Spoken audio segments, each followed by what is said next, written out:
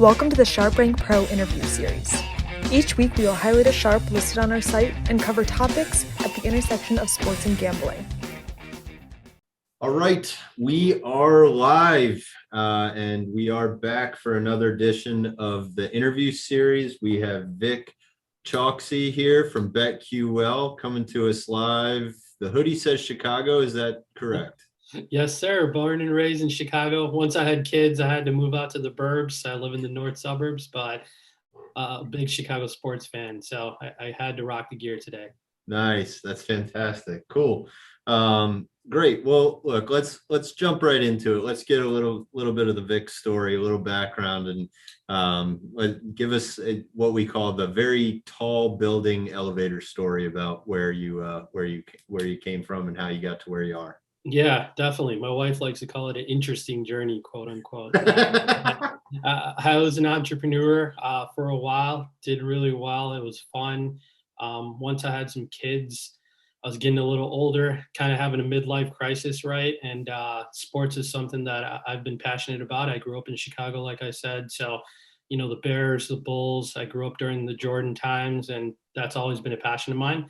I used to have a sports blog and long story short, basically, when I was having this crisis, I just kept going back to sports. And once I got my wife's blessing, I was like, how can I get into this industry, right? So, I was trying everything that I could. As you know, it's a tough industry to break into. And so I love Twitter. I literally made a list of like 400 or 500 people in sports and just started like tweeting them, emailing them, hitting them up on LinkedIn, basically not asking for a job, but just asking for advice, right? And I feel like nowadays that's a big thing because everyone's so busy, right? And some random guy hits you up for a job. What are you going to say? Like you get 500 of those a day, right? So and I was lucky. I had a couple of people, Chad Millman from the Action Network, you might know him from ESPN, and Jason McIntyre from the Big Lead at the time. They actually emailed me back, which was crazy. So I got on phone calls with them. I kind of told them my story, where I was at. They said to just kind of keep grinding and they'll keep me in mind if a job popped up. And, fast forward 3 months later, both of them had some part-time gigs and some freelance work that came up. And that's kind of how I got my foot in the door. I got my break that way, and I've just been putting out a lot of content ever since. And since then, now I'm at Audacy Sports and BetQL. And so they created a new sports gambling vertical. So I'm helping them pretty much with it all. It's kind of like a startup where it's brand new out the gate. It's a big move for the company. And so I'm helping them with creating content, whether that's written content, videos, podcasting, radio appearances, and then a little bit of strategy. We're running the social media sites as well, trying to build a following there. And so doing interviews like this. So a little bit of everything. But yeah, that's kind of, the story in a high view, if that helps a little. Yeah, that's great. Two things. I got to see Jordan play once, which was incredible. And the second one is we created cross-sport rankings and cross-sport functionality for the exact reason that you just discussed, is that previously at media outlets, NFL was a vertical, college basketball was a vertical, and like sprinkled on top was some sports betting. But now you're starting to see exactly what you're talking about, is that like the platform vertical is sports betting, and you need to have everything in the frame of sports betting. And so for us, like we kind of view that as the future of where media producers and media content is going. So that's why we're such big fans of what you guys do. It's everything, all the content is through the lens of sports betting, which is really, really cool for nerds like me. So yeah. I mean, you're right. The landscape has changed so much, right? I can literally look back 3 years ago when it was so different. And, once PASPA got repealed, like it opened the floodgates and everyone's trying to get a piece of the pie. Like who knows who's going to last in the next 5 years, but I know that every big company is trying to put their best foot forward right now, right? And, spending a lot of money, burning through a lot of marketing capital, and whether that's sports books or media companies, everyone's kind of all in right now, and understandably so. It's, multi-billion-dollar market. Everyone is gambling in one way or another. I think the rise of fantasy sports and DFS definitely, lent a hand towards that, especially when it comes to football. And now I feel like the pandemic was also kind of a big game changer. Like, I have a lot of friends that never really gambled in their life. They're big fantasy guys, but like, because of the pandemic, you're not going anywhere. You're sitting at home on a Sunday. You're watching the Bears, who are terrible. Let me put $5 on it. These great promos where you get free bets and all of that. And, once you put your first bet in, you're kind of hooked on from there, right? We've all seen it. We've been there. We could talk about gambling going forward. But yeah, I definitely think this is the best time to get into this thing, and the sky's the limit for it. Yeah. That's so true. So you mentioned that we won't touch on the midlife crisis, but is there anything else that people who know you or might know you as a personality or a social media presence, like, is there anything they wouldn't know from that? Is there anything surprising about you that you want to kind of set the record straight or pull back the curtain a little bit on? Yeah, definitely. I mean, everyone that knows me knows I'm a sports fanatic, right? And I've always been since I was a kid, and I'm a big Chicago sports junkie. Like, Bulls, Bears, Cubs to me are literally up there with like my family, right? But speaking of family, that's kind of one thing I try to keep off of social media a lot. Maybe it's just because of the rise of trolls and all the crazy things that I've seen some of the people that I respect in the space get on a daily basis. And so I'm a big family guy. I have two daughters. We were talking a little bit offline about having kids, right? And so I got a 7-year-old and a 2.5-year-old.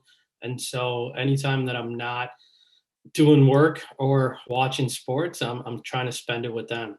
And so, and then second of all, I'm now big into golf. So everyone that knows me, they know me as a basketball guy because I've grown up playing, watching, doing media stuff in the space. But golf is my new passion, man. And so it's been great. I think it was heightened by the pandemic as well, right? But it was safe. Get out there. Once you have a family, like, you will start to understand you need a little time to get out of the house a little bit, have a few beers with your friends, right? And so, I love playing it now, watching it, gambling on it. And so, those are a couple of things that you won't really see on my social media brands per se. Yep. Golf, there are a lot of parallels between golf and gambling, I'll say, because golf, you can be a very mediocre golfer, but on 16, you stuck at 5 inches from the pin and you'll come back. And it's the same thing with gambling. It's like, I had a terrible weekend, but that backdoor cover, like, I'll be back. I'll be back next weekend just because of that. You nailed it. That's exactly how it is, man. That's it. I've thought about that so many times over the past year or two, right? You're having a terrible round and you have 2 good shots. Yeah. I love this game. Like, God, this is the best. like, it's so easy. just like parlays, right? You're like, Yeah. I'm never going to bet again. I'm never going to make a parlay again. All of a sudden you hit like a 3-teamer. I'm like, this is the best. Like, let's do it again. So that's a perfect analogy. All right. Speaking of gambling, let's get into the main slate. This is kind of what the folks want to hear about. So let's talk process for a second, right? Let's talk about when you're looking. You're a big basketball guy. So when you're looking at picking a game, where does the top of your funnel start? Like, a lot of guys will look at like the whole slate and narrow it down. Some will like look for specific teams, bottom up, top down. What's kind of your start point? Yeah, I look at the whole slate. I try to go through it. I mean, I watch a lot of basketball. I mean, I'm lucky. I have a supportive family. Like, the kids go to sleep, and then I'm watching a lot of ball. So I kind of have my own knowledge that I go off of. I look for a bunch of different things. I like to call them like tools in the toolbox, right? And so I'm always in constant contact with odds makers, and so that helps me a little bit because understanding their thought process, seeing where big money's coming in, seeing if it's respected money or just like public money. I use that a little bit. I try to look for recency bias. I try to use a couple models. I have, BetQL has a model. I have a couple of other models. It depends on the sport as well. So I'm a big stats guy. I like to dig into metrics. I try to identify which metrics are important for which sport.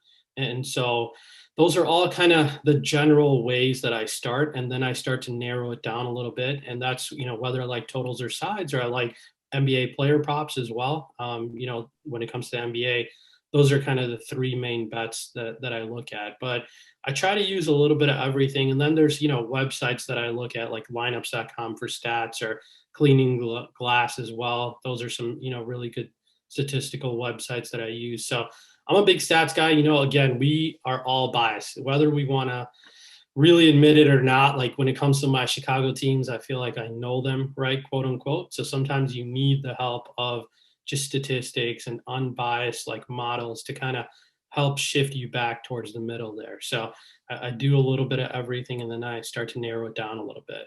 Yeah, it's a good point. We call it, something, a phrase that we kind of coined here is like an educated gut, right? Like I know what I know, and I know what my eyes see, but I have a model, or I have some sort of statistical, checks and balance in place for myself. And you're right. Like I'm a fairly big reader, I would say. And like one of the books, Thinking Fast and Slow, about those recency bias and cognitive biases that people just inherently have, that if you can break free of that, and look at a board without that, or as little of that as possible, you're at such an advantage, because those odds makers they feast on that, right? Like they do it. It's opportunistic to some extent, as far as like, they know what people want to bet on, right? Yeah. And so they'll toss a line out that looks like, wow, I know that. Yeah. So that's interesting. Especially when it comes to the NFL, right? Yeah. That's the biggest one. I feel like definitely we're all get so caught up on the last game in recency bias. Great book, by the way. Yeah. Daniel Kahneman, he's the man. Yeah. All MBA professors love Daniel Kahneman. Every class is, some genius guy. So I understand why. Yeah. And that's actually a really good point too, is that I get the feeling for some people, and you kind of alluded to it, that stats are more important in certain sports. Not just specific stats, but in general, like a sport like basketball or baseball that has larger sample size, you can put more weight into a model or a statistical analysis on that type. Do you see that? Or no, I agree with you. I actually think the biggest sport where stats helps the most is golf. The models are amazing. You really can understand in the past at these particular courses what metrics have done well. So you're looking for 2 or 3 metrics that correlate to success at a particular course. And then you have all these data points that you can use from strokes gained, and then utilize that to your advantage. And like, honestly speaking, it's been great for me the last couple of years. I put my work up on Audacy and BetQL, but I've hit a top bunch of winners, and I've just started gambling on golf. But it's the benefit of data metrics. So you're right. To your point, the sports that have larger sample sets, you could definitely do a lot more, as opposed to football, right? So, 16 weeks, short, quick hitters, a lot of injuries. Mm-hmm. And on top of that, a lot of recency bias in play. There's a lot of big money. So odds makers are sharp with their lines. They move them. They're quick, no matter how fast we think we are with injuries. Yep. These guys know. I don't know. I still it's amazing. Like, I will be on Twitter and it'll be 1 second later, I will log into the book because a quarterback is out and that line has already been adjusted. Right. So, there's not a lot of edges in football, but, golf in particular, to answer your question, I really do feel statistics help a lot in that sport. Yeah. And that's golf specifically. The other part of that is that the statistics are more true because there's less dependent variables. So like in football, there's another 10 guys on that team and then another 11 guys on the other side. Whereas with golf, it's like those statistics matter because it's same player, same course. The only thing different might be weather. or playing from behind and what that does psychologically. But like Exactly. It's all just a mental component. Otherwise, you nailed it. See, one-man game, strokes don't lie, stats don't lie. The courses are the same, which is a huge benefit, right? And it's very odd, like last year, because of the pandemic, if the Masters are played in November, right? And the course is completely different. Mhm. Other than those kind of little things, or like Rom has a baby this week, so he hasn't slept, right? Those kind of things will always happen. But you're right, the majority of the way, those are some of the biggest benefits to golf and statistics.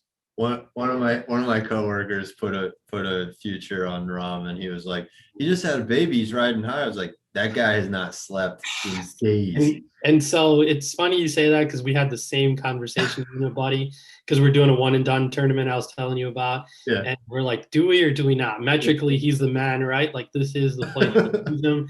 On the flip side, has he slept all week? And then my buddy's like, well, these guys are big golfers. They're millionaires. He's probably got some help. He's not like us, like staying up all night, with the baby, rocking him and stuff. And then, of course, yesterday he comes out with comments saying he hasn't slept all week. Right? Yeah. It's funny how it goes. That's funny. So when you're looking at those, we see two very distinct strategies, right? Like somebody who looks at that line and picks a line immediately as soon as it comes out before the public can mangle it, or use the public's mangling and the line movement as a data point. Do you have a preference? Which way do you lean traditionally?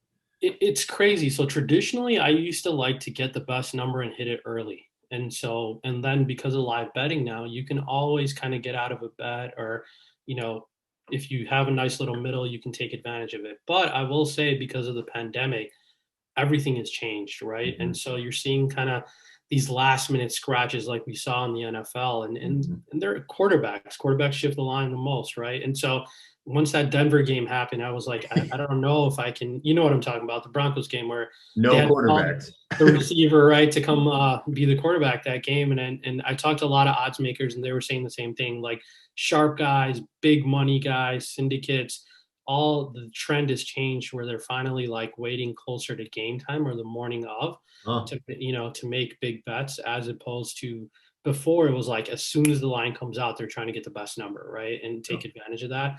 And that's kind of what their mindset has been, and I understand that, and that's what I've kind of gone to. The other big thing for me is, like, again, I bet NBA a lot, and that sport, I really feel like they're getting more into gambling, fantasy. They need to do a better job of like scratches like the NFL does, right? Like, no matter what, an hour before the game, we pretty much know who's going to miss the NFL game, right? So we can set our fantasy, DFS, whatever your bets, whatever you're looking to do. The NBA, there's got big guys that scratch like 5 minutes before the game, right? So again, nowadays I'm waiting towards closer to tip off or kickoff or tee off than I am as opposed to the old days. And then I am doing a lot of live betting to try to, get really good numbers. That's another thing that I've tried to create windows for games nowadays. And so, I'll be like, if I can get this game at this number, I'll wait it out. And if I don't, I'll just pass on that game, right? Because again, I'm trying to do it for the long haul. And that's where I really think you can get an edge, is live betting, because man, these guys are so sharp, and this, how sharp the lines are, how good the odds makers are. So, you could get a little bit of an advantage during live betting. Yeah, definitely. Live betting itself has completely changed gambling, and I think to your point, to the advantage of the retail, the just the average Joe guy who's sitting there watching the game and probably doesn't have a model, but can knows what he's watching and can see it. And I do think it offers way more opportunity to hedge and exploit and secure your downside in ways that were not possible years ago. Or they were, but they were very advanced concepts. No, you nailed it. I think two points that you just made were great. The average guy, watching a Bears game, your Bears squad, who's going to score the first touchdown, right? You're getting 10, 20 to 1. You hit one of those in 10 games, you've basically broken even, right? The Bears don't score a lot of touchdowns. They got guys that you said it. No, I didn't say it. It's the truth. You got 3 guys you can bet on every game. You hit one of them, you're good, right? So it's like it brings this new dynamic. It's more fun, and so there's a lot more options out there. And then to your point, live betting, hedging, downsizing, like again, golf. Like before a tournament starts, you got 4 or 5 outright guys that have long odds. Come Sunday, if one of them are in the mix, you can sprinkle a couple bucks on some of the other big dogs, right? And you're basically going to break even or make money. You're limiting your losses there as well. So again, yeah, those are 2 great points there. Yeah, for sure. And when you're betting basketball, do you have a preference to sides versus totals? Because I view those as completely different skill sets, like totally different. And like in my mind, it's like I focus on one or the other, but plenty of people bet both and do it successfully. So I'm obviously just not smart enough. But do you have a preference? I do. I'm a big sides guy right now, and so pre-game, pre-tip-off, I bet sides. When I'm doing totals, I do it live, and so the team starts out hot. I'm watching the game. I'm seeing some stuff like, hey, this squad's the pace is fast and they're just missing some gimmies, right? And then you can get a better number off of that closing line. Then I'll jump into the total a little bit. Otherwise, I'm mostly a sides guy and an NBA player prop kind of guy. I look for good matchups. I run a couple of models and kind of lock in on some props. The other reason I like props is kind of what we talked about a little bit, but like if your guy gets scratched, at least you get your money back, right? And so, you're locked in. You can actually focus and research on that particular matchup and kind of go off of that. So yeah, I do all of that kind of separately, if that makes sense. Yep. And would you say that we talk about information edge a lot on here? Would you say your information edge, you specifically, is based on sport or type, whether it's prop or sides, or do you have a key eye or a sense of where that information edge really lies for you? Is it both? It could be both, obviously, but what is it for you? It's funny, like for me, it's changed a lot. I really feel like Twitter's changed the game when it comes to information, right? Like in real time. And then also these models have, but I think once I've gotten some of these gigs and now where I work, having access to odds makers too has been great. So, I can shoot them a text and literally they'll respond back with like, what kind of money's coming in, talk about the line move real quick. Was it caused by injury or was it caused by a big better that they actually respect, or was it just caused because everyone's on this line because it looks like a gimme, right? So, for me, I'm getting my information from like the books, I'm getting them from some apps and some models that I use, and then I'm getting them from like Twitter in live time, regards to like practice, scratches, injuries, things like that, right? So, for me, that's where I use a little bit of all of that. And I feel like that's where I get like my information edge. Same thing with like fantasy football, for example. Like, again, all of us have like family and kids, but because I work in this space, like I'm on Twitter a lot. And so if someone is a scratch, I just go in and pick up their backup, right? And my buddies get pissed a little bit. That's the fun part of it. But yeah, I feel like I use all those different components when it comes to information. Yeah. It's interesting. We hear a lot from folks about sport specific information edges and like the margin of what you can actually get in NFL or NBA, the professional that has more of a finite number of teams versus college where the odds makers are sharp, right?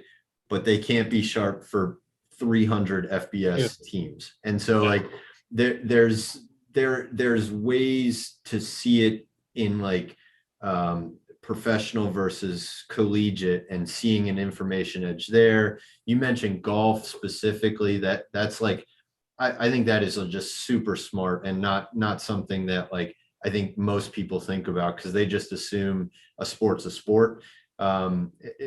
And like, even if this is a little different and it's like one winner, many losers, the fact that it's competing against yourself, that's that's pretty unique to like any other sport out there that I can think of. Because every other one is you're competing against an opposing side.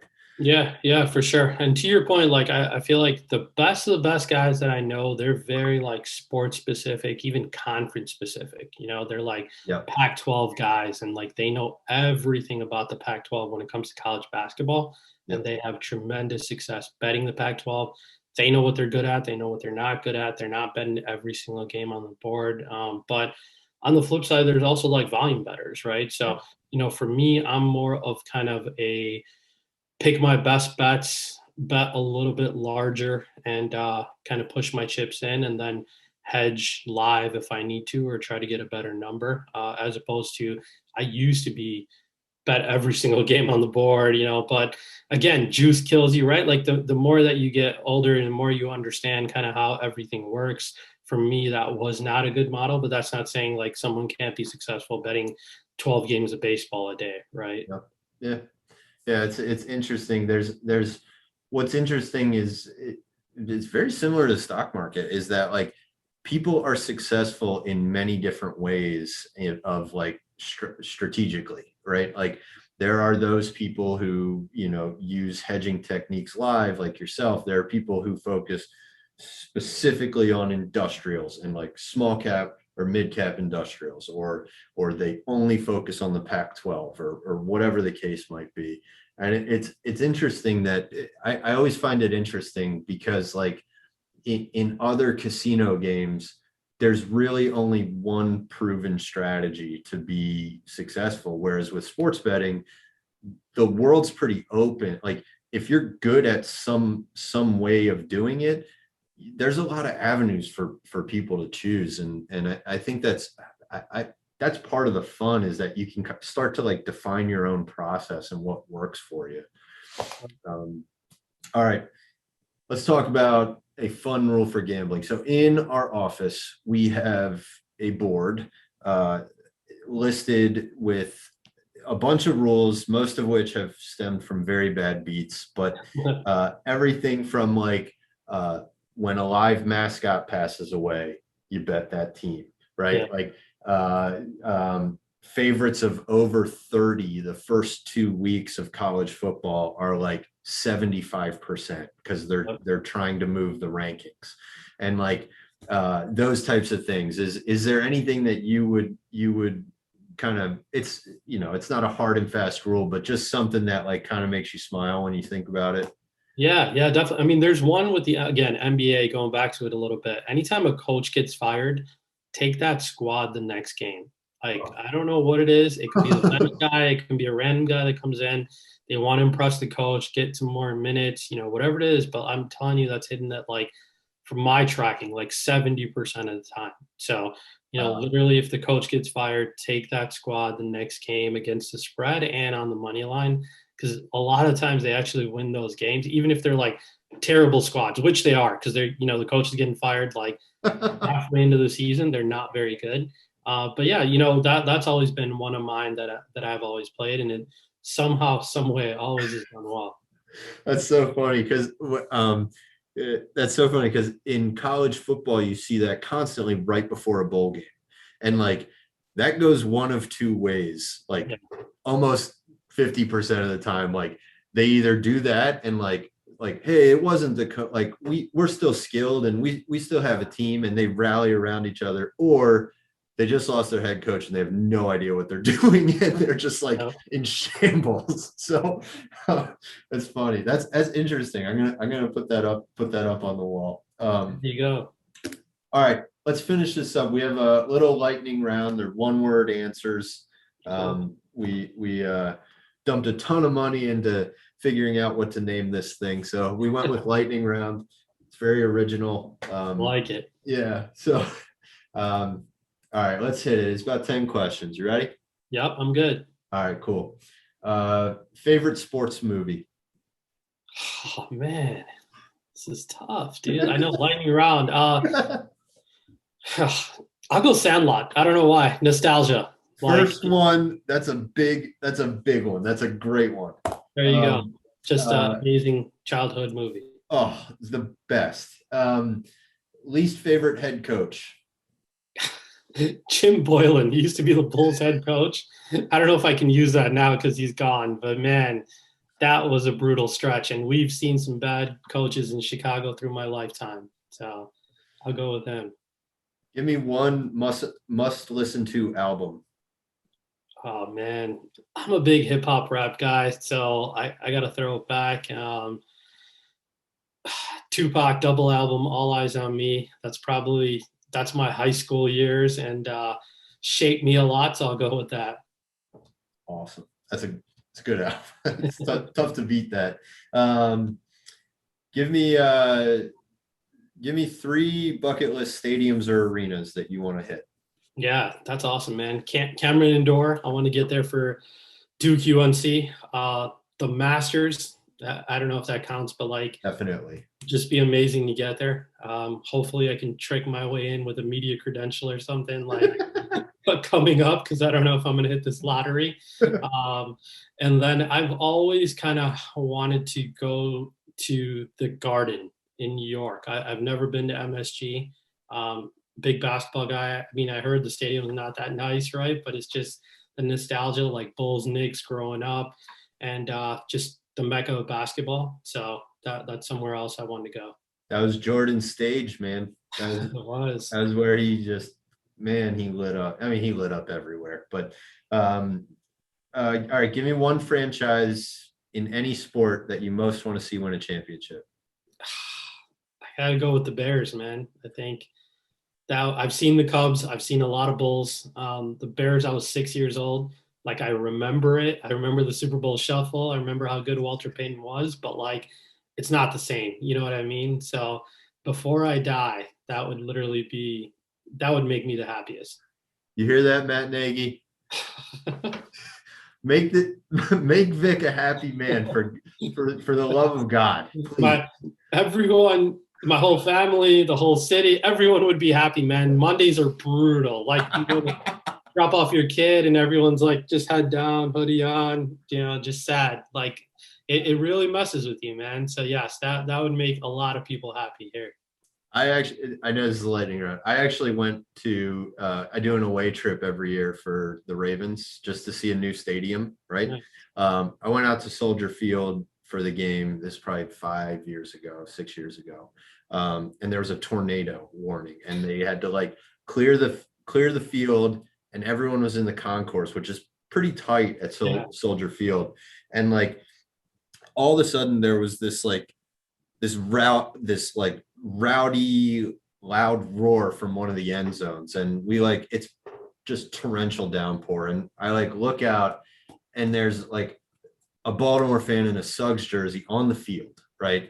And I'm like, oh man, like just once I want us to have like a cool, like a nice guy reputation. And so like, what's this guy's deal? And so the security guard like approaches him, and he's obviously been at a tailgate like all day. And so he gives him like the little shake and just face plants like in the mud, and then the whole stadium went nuts. Like it was so funny.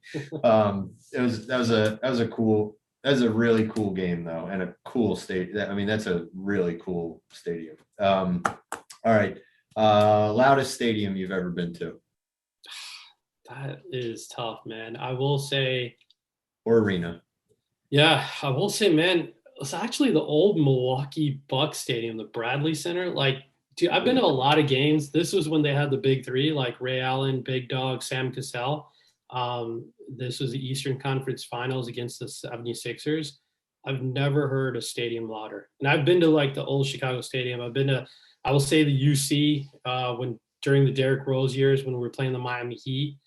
And when I was at that game where Joakim Noah stole the ball against the Celtics and had that dunk in that overtime game. I don't know if you remember that. Yeah. But that's probably the loudest moment I've ever been at. And then the old Bucks stadium, the Bradley Center, is probably the loudest stadium I've been at. Cool. All right. You have to pick one video game or sport to play that will decide some very dire consequences. What are you picking? Man, great question. If it's love of the game, I'll go Tecmo Bowl, but I'm terrible at it. Like I was really good at Super Tecmo Bowl, but I will go with FIFA Soccer because somehow, some way, I'm really good at that game. A lot of long drunken nights in college playing FIFA Soccer, and I became a master at it. Now I can literally pick up every year, and like I'll play once or twice and like beat whoever I'm playing. So I'll go with that if I have to face some dire consequences. All right, fair enough. If you weren't creating content for BetQL, what would you be doing? That's a great question, man. I thought about this a lot during my midlife crisis, but I would love to work on the business side of sports. And so, whether it's for a team or an organization, that would be kind of something else that I would love to do and get into. I really feel like I have the skill sets, the knowledge to kind of help an organization get better. So, maybe somewhere down the line, who knows? But that's what I'd go with. Yeah, from like an analytics perspective and that type of thing, because teams are now starting to wade deeper and deeper into the betting too. So like They are. there's gonna create an entire new office under each of those teams' umbrellas for how do we engage sports betting? How do we engage sports betting? So Yeah. is that kind of what it would look like? Yeah, honestly, anywhere in the building would be really cool. I also have my MBA, so I feel like, strategy, leadership, marketing, like those are some other realms that I have experience with as well. But yeah, analytically as well, because I understand data, how to dig through it, right? And how to kind of break it down into layman's terms and go off of that. That's what we do a lot of when we're creating content as well, right? For my job. But I've also done that with school and some of my old startup experience. So yeah, definitely somewhere in that realm. Awesome. All right, you want to throw out a Twitter handle or website where people can find you? Yeah, yes, sir. At Doc Squad 33 on Twitter, at Vik Chokshi 33 on Instagram, and just BetQL.co is kind of where you can find all of our content that we put out daily. We have some really cool stuff. We create content. We have models. There's something for everyone, all types of gamblers, right? There's the hardcore ones that use models, and then there's just beginners that are getting into the game. So we're trying to help everyone and kind of everyone make money. So, bank, I guess, like last parting shots, like make sure you have good bankroll management. I feel like it's taken me a very long time to kind of learn and get there, but never like chase and just, stay within your limits, have some fun and kind of roll from there. Awesome. Well, I was going to ask you for parting words, but those seem incredibly well thought out. So I don't want to try and have you top that. That was perfect. Thanks. So, all right. Well, thank you so much for stopping in, man. This was great. I'd love to continue the conversation as we go. Yeah, that sounds great. Well, thanks for having me. You got it. These interviews are available on Spotify, Apple, and YouTube. Don't forget to follow us on Twitter, Instagram, Facebook, and if you're feeling professional, LinkedIn. We'll see you around.